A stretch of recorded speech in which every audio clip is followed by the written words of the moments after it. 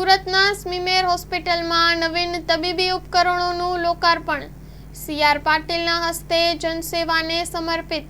કેન્દ્રીય જળશક્તિ મંત્રી અને લોકસભાના સભ્ય સી.આર. પાટીલના હસ્તે સુરત મહાનગરપાલિકા સંચાલિત સ્મીમેર હોસ્પિટલ ખાતે આધુનિક તબીબી ઉપકરણોના લોકાર્પણ સમારંભનું આયોજન કરવામાં આવ્યું.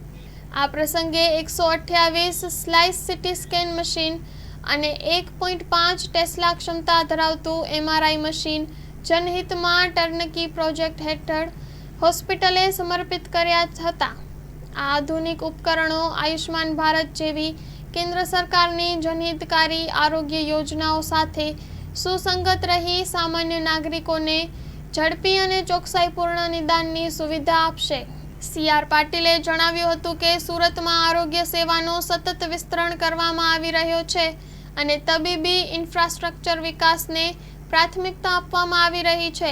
તેમણે ઉમેર્યું કે આવા પ્રયાસો સુરતને સ્માર્ટ હેલ્થ સિટી બનવાની દિશામાં આગળ વધારશે. Story report by Haresh Rajput, Surat.